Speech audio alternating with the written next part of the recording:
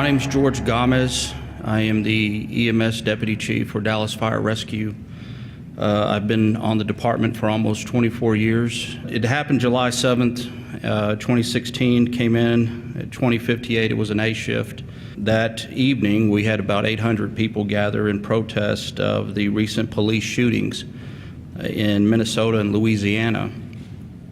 When it was all said and done with, we had 12 police officers shot and 2 civilians.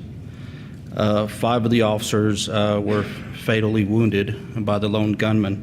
You saw what happened with San Bernardino and the area that was covered, and then with Orlando and stuff, and not knowing that a month later, here it is in Dallas, and now we're trying to save our own. The lessons learned for us is communication with law enforcement. We have to establish those relationships, and we've done before tabletops, but when I say together, when I say establish relationships, you really get to know the people you're working with, really get to know those chief officers and create a relationship. That way, when something like this happens, there's no questioning or anything. There's full trust with each other and working through the problem.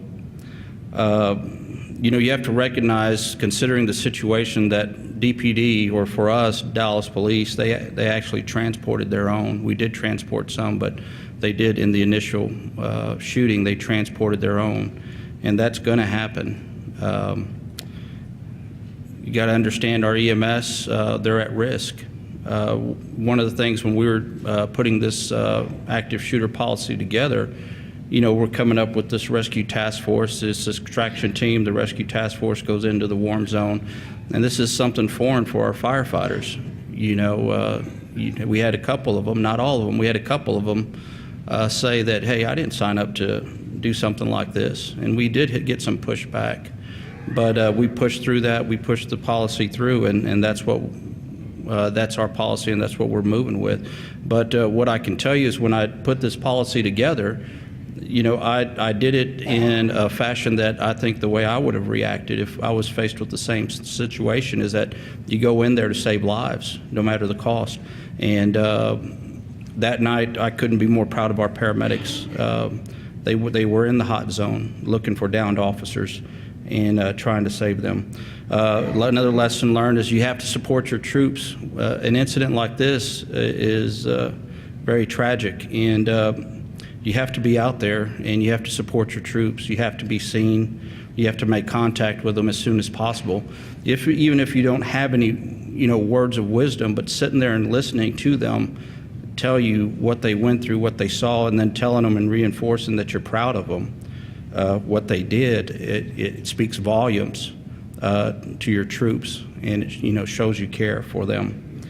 And then prepare for the aftermath. I can't tell you with Twitter, Facebook, and the heightened awareness, it just is really crazy, and it will wear you down because it's something you can go out and talk to your troops, but Twitter, Facebook, the media, they're there 24/7, and they're watching all this. So you're competing against that. And that's one of the lessons I learned from the Ebola incident. As much as you'd go out there and support your troops, they're still watching all of this, the news, the media, they're watching Twitter. People are showing nonsense of what people are posting.